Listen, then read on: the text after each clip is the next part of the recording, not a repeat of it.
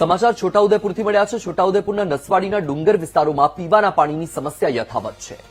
આઝાદીના દાયકાઓ બાદ પણ અહીંના લોકો પાણી માટે વલખા મારવા માટે મજબૂર બન્યા છે। પીવાના પાણી મેળવવાની પરિસ્થિતિ એટલી ગંભીર છે કે એક પરિવારને માતાના અંતિમ સંસ્કાર માટે પણ પાણી મેળવવા સ્મશાન પાસે ખાડો ખોદીને પાણી કાઢી અંતિમ ક્રિયા કરવી પડી। ઉનાળો હોય કે શિયાળો, અહીંના રહેવાસીઓને હજુ પણ શુદ્ધ પાણી નથી મળતું। કેટલાક ગામોમાં આજે પણ નળ સે જલ યોજના તેમના માટે સ્વપ્ન સમાન જોવાઈ રહી છે। કુદરતી ખીણમાં પથ્થરોમાંથી ટપકતું પાણી મેળવવા માટે મહિલાઓ જીવનું જોખમ લેતી હોય છે। 92 કરોડના ખર્ચે કુપ્પા પાણી પુરવઠા બનાવવામાં આવી, પરંતુ હજુ પણ ગામોમાં પાણી પહોંચ્યું નથી। આ યોજના અંતર્ગત 73 ગામોને શુદ્ધ પાણી મળવાનું હતું, પરંતુ 40 ગામો સુધી જ પાણી પહોંચ્યું। સ્થાનિક લોકોનું કહેવું છે કે પીવાના પાણી માટે કરોડો રૂપિયાની યોજનાઓ મંજૂર થઈ, પરંતુ જમીન પર તેનો કોઈ જ અસરકારક અમલ થયો નથી। આઝાદીના અનેક વર્ષો વીતી ગયા, છતાં ડુંગર વિસ્તારમાં લોકો આજે પણ મૂળભૂત સુવિધા માટે સંઘર્ષ કરી રહ્યા છે। ગામોમાં પાણીની સમસ્યાને વહેલી તકે દૂર કરવામાં આવે તેવી ગામના લોકોની માંગ છે।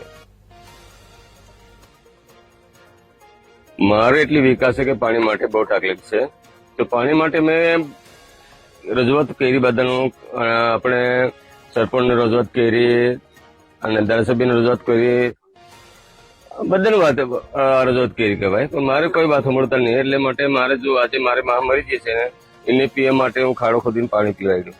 એમાં મારું શું કેવું છે કે 2002 માંથી જો આગેવાની કર્યો છું, તો પછી ભાજપ સરકારને વોટ આપું છું, તો ભાજપ સરકાર મારા માટે આ નિર્ણય નહીં કરતો। જો આમાં ગામનો રોડ બનાવ્યો છે એ ભાજપ સરકાર બનાવ્યું છે, લાઇટ આપી તે ભાજપ સરકાર આપી છે, પણ અત્યારમાં પાણીનો વિકાસ મારા માટે કોઈ કર્યું નથી। અમારે આદિવાસીની પરંપરા એ હશે કે આગની સંસ્કાર માટે સમસાણ વિધિ કરવા માટે તો સમસાણે લઈ જતા હશે, તો સમસાણે પાણીની જરૂર હોય છે। કોઈ અમારે કુટુંબ પરિવારો મોડું દોવડાવતા હશે અને કોઈ આજુબાજુથી આવેલા મહેમાનોને પાણી પીવડાવતા હશે, એટલે તે દ્વારા પાણી અહીંયા આગળ હતું નહોતું, પાણીની જરૂર હતી, એટલે એ લોકો એ બધા એમના કુટુંબ મોટું હતું, એટલે કુટુંબ બધા ભેગા થઈને આ ખાડો ખોદીને પાણીનો ઉપયોગ, પાણી પણ મળી ગયું તો સારું કે એ પાણીથી ઉપયોગ કર્યો આ લોકોએ। ઘરમાં પીવાના પાણીની ઘણી બધી સમસ્યા છે। કોપા યોજના કરીને એમાં સંપ બનાવ્યા ખરા, પણ જે સંપથી ટાંકીઓ બનાવી છે, ગામમાં ટાંકી સુધી પાણી હજુ પહોંચ્યું નથી। તો સાંભળ્યું તમે કે સ્થાનિક લોકો શું કહી રહ્યા છે। છોટાઉદેપુરના નસવાડીના ડુંગર વિસ્તારોમાં લોકોને પીવાના પાણીની સમસ્યા હજુ પણ યથાવત છે। વિચાર કરો તમે કે આઝાદીના દાયકાઓ વીતી ગયા, છતાં પણ આજે લોકોને પીવાના પાણી માટે વલખા મારવા પડી રહ્યા છે। પીવાના પાણી મેળવવાની પરિસ્થિતિ એટલી ગંભીર છે કે એક પરિવારને તો માતાના અંતિમ સંસ્કાર માટે પણ પાણી મેળવવા માટે સ્મશાન પાસે ખાડો ખોદીને પાણી કાઢી અંતિમ ક્રિયા કરવી પડી। હવે તમે વિચાર કરો કે અંતિમ ક્રિયા માટે પણ પાણી નથી મળી રહ્યું, મોતનો મલાજો કેવી રીતે જળવાશે। ઉનાળો હોય કે શિયાળો, અહીંના રહેવાસીઓને આ જ પરિસ્થિતિમાંથી પસાર થવું પડે છે। હજુ પણ શુદ્ધ પાણી મળતું નથી।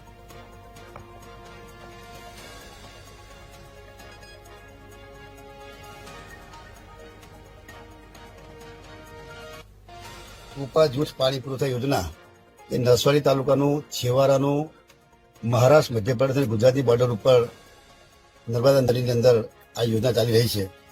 આ યોજનામાં 73 ગામો જે છે એ પૈકીના 71 ગામ એ નસવાડી તાલુકાના છે અને 2 ગામ કવાંટ તાલુકાના છે।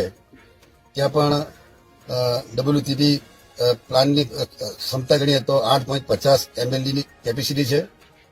ભૂગર્ભ સંપ, સ્ટાફ ક્વાર્ટર્સ એની સાથે 5 વર્ષ સુધી આ કોન્ટ્રાક્ટર ચાલુ કર્યા પછી એ પોતે ચલાવશે અને પછી જ સરકારને આપશે। આ યોજના 91 કરોડના ખર્ચે 40 ગામો આના અંદર સમાયેલા છે ને 87.97 કરોડના ખર્ચે આ કામગીરી પ્રગતિમાં ચાલી રહી છે।